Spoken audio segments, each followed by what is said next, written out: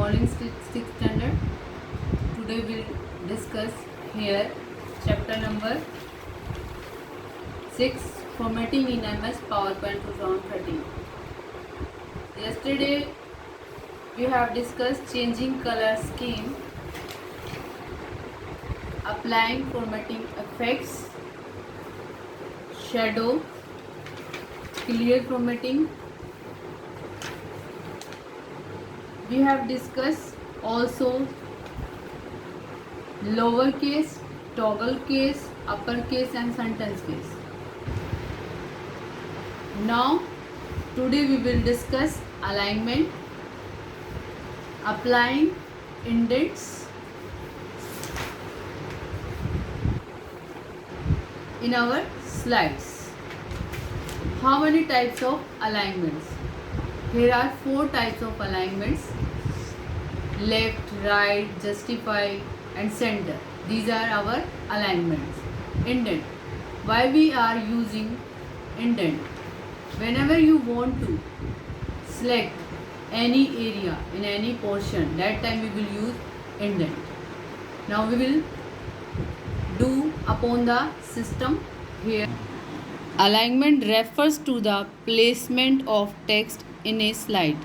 Alignment refers to the placement of text in a slide. There are 4 types of alignments. Left alignment, it aligns text towards the left margin. कि क्या करेगा, आपका जो text है वो left side में उसके मार्जिन को सेट कर देगा. Right alignment, it aligns text towards the right margin. ये अलाइनमेंट को सेट कर देगा राइट मार्जिन की side. Centre alignment, it aligns text towards the centre. जब हमें अपने टेक्स्ट को मिड में यानी सेंटर में सेट करना है तो it will help you. Centre के अंदर आपका अलाइनमेंट सेट हो जाएगा, यानी जो भी आप राइट करते हो वो सेंटर के अंदर जाके फिक्स हो जाएगा बीच में. It is mostly used for making titles. इसका ज़्यादातर इस्तेमाल टाइटल को बनाने के लिए किया जाता है. फॉर एग्ज़ाम्पल, आप अपनी look at here computer, it is in center in the slide. Justified, it aligns just text evenly between left and right margins. ये क्या करेगा, जस्टिफाई करेगा हमारे टेक्स्ट को बिटवीन, बीच में लेफ्ट और राइट मार्जिन के बीच में उसे जाके सेट कर देगा. Let us follow the steps to apply the alignments. आओ हम यहाँ पे कुछ एक स्टेप्स देखते हैं जो अलाइनमेंट को अप्लाई करने में हमारी सहायता करते हैं. Step 1, select the text. सबसे पहले step 2, click on right align button. Step 3, observe the change in the text alignment. Observe the change in the text alignment. We will now do in system. In first step we will select the text. Step 2, click on the right alignment. This one is your left and this one is center and this one is right alignment. Step 2 के अंदर क्या बोला जा रहा है, right alignment चाहिए हमें, तो हमें इस पे क्लिक करना है. तो इसने क्या किया, हमारे टेक्स्ट को शिफ्ट कर दिया राइट मार्जिन की ओर. Now look at here, these are your alignments.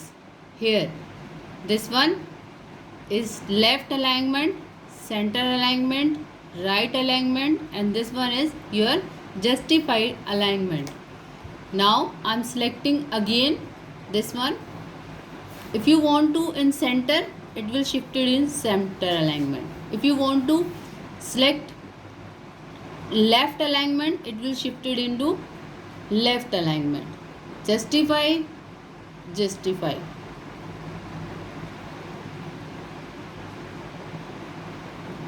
तो these are your alignments. We will again in your book. Similarly, you can select the text and click on the either left alignment, justify or the center alignment as per your choice. जैसे आपकी ज़रूरत है उसके हिसाब से आप अपने alignment को जस्टिफाई, लेफ्ट, राइट, सेंटर में सेट कर सकते हो।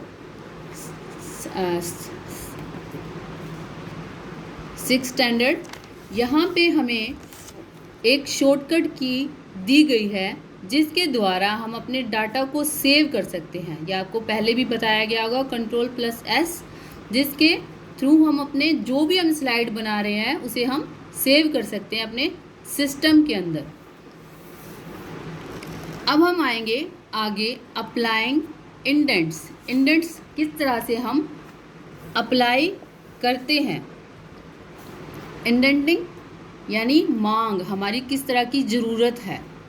Indenting feature moves a paragraph और the first line to a specific number of a places from the left और राइट मार्जिन। इसके अंदर हम जो भी पैराग्राफ बना रहे हैं उसे हम किस तरह से मूव करा सकते हैं। लेफ्ट एंड राइट में कुछ जगह पे रखना है, स्पेसिफाई नंबर कर सकते हैं, वो सब के सब मैं आपको करके दिखाऊंगी। To apply indenting let us follow these steps. Step 1, select the paragraph you want to give indent to. Step 2, drag the left line indent marker toward the right side. पहले हम पैराग्राफ को सिलेक्ट करेंगे आपकी ज़रूरत के हिसाब से, give indent.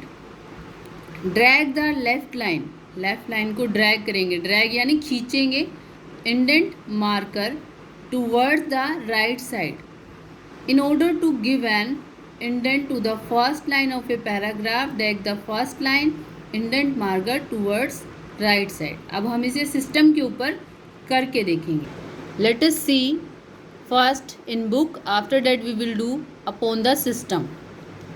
Here first step, select the paragraph.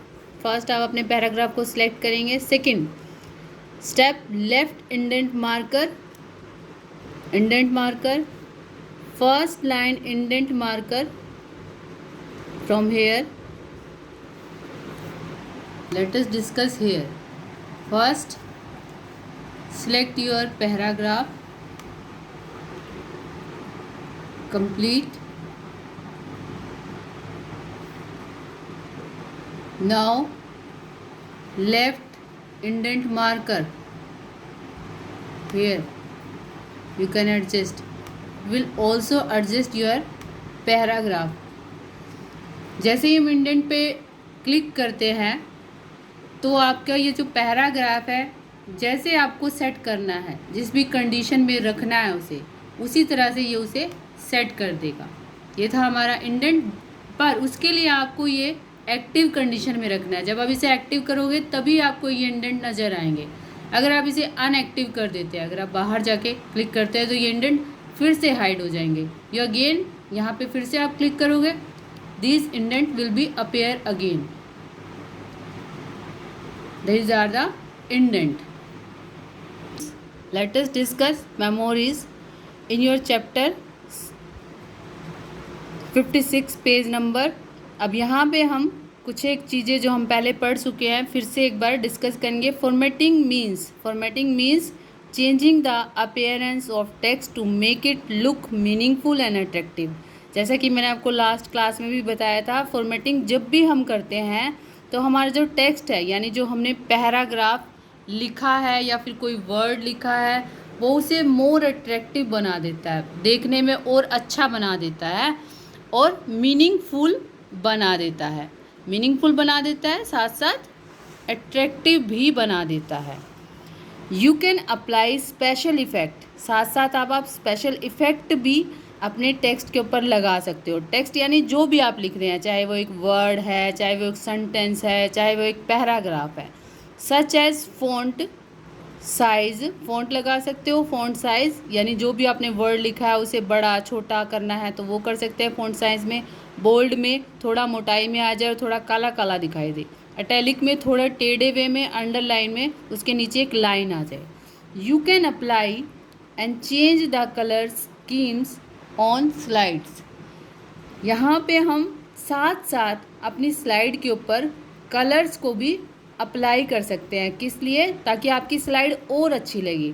आपने देखा है ना, एक सिंपल इंसान है और एक अच्छे कपड़े पहने हुआ एक इंसान है, तो दोनों ही अलग पर्सनैलिटी लगती है। इसी तरह से अगर हम अपने काम को प्रेजेंट करते हैं एक कलर के थ्रू और मोर अट्रैक्टिव वेबल के अंदर, तब आपका काम ज़्यादा ही अच्छा लगता है। Most of the buttons for the font group are toggle on off buttons. Toggle के अंदर आपका जो टेक्स्ट है, फर्स्ट कैरेक्टर वो क्या है, स्मॉल हो जाता है, बाकी सारा का सारा कैपिटल रहता है। वो हमने आप एक बार डिस्कस किया था। और ऑन ऑफ बटन्स आएंगे इसमें। Pressing the buttons again can undo the effect. जैसे हम प्रेस करेंगे बटन को, दोबारा से ये वो उन्हीं इफ़ेक्ट्स को वापस ले आएगा। इंडेंट मैंने अभी अभी आपके साथ डिस्कस किया कि इंडेंट क्या करता है, आपके टेक्स्ट को मूव करता है, आपके पैराग्राफ को मूव करता है एज योर रिक्वायरमेंट। जैसे कि आपकी ज़रूरत है उसके हिसाब से आप अपने लेफ़्ट में, राइट में, सेंटर में, जहाँ भी आप उसे रखना चाहते हैं, तो इंडेंट आपके पैराग्राफ को या फिर टेक्स्ट को जो भी लिखा है आपने चेंज कर सकता है आपकी ज़रूरत के हिसाब से। तो आज का आपका ये टॉपिक ख़त्म हो गया है। स्टूडेंट्स, 6th स्टैंडर्ड आज हमने लेसन था तो जो आपका वो हमने फिनिश किया है। इसकी एक्सरसाइज हम नेक्स्ट क्लास में करेंगे। आपको आज होमवर्क में स्लाइड्स फिर से बनानी है, जिसमें आपको इंडेंट अप्लाई करके देखने हैं, फॉर्मेट अप्लाई करके देखने हैं, अपनी नोटबुक के अंदर नीट एंड क्लीन वर्क करना है और करके भेजना है। फिर से मैं आपको बता देती हूँ कि आज आपको अलाइनमेंट्स चारों के चारों अप्लाई करके देखने हैं। जो आप स्लाइड बनाएंगे, 3 स्लाइड आपको बनानी है, उसमें अलाइनमेंट और इंडेंट दोनों का यूज़ होना चाहिए। आप ड्रॉ करके नोटबुक में बना सकते हो अगर आपके पास सिस्टम अवेलेबल नहीं है तो। Thank you.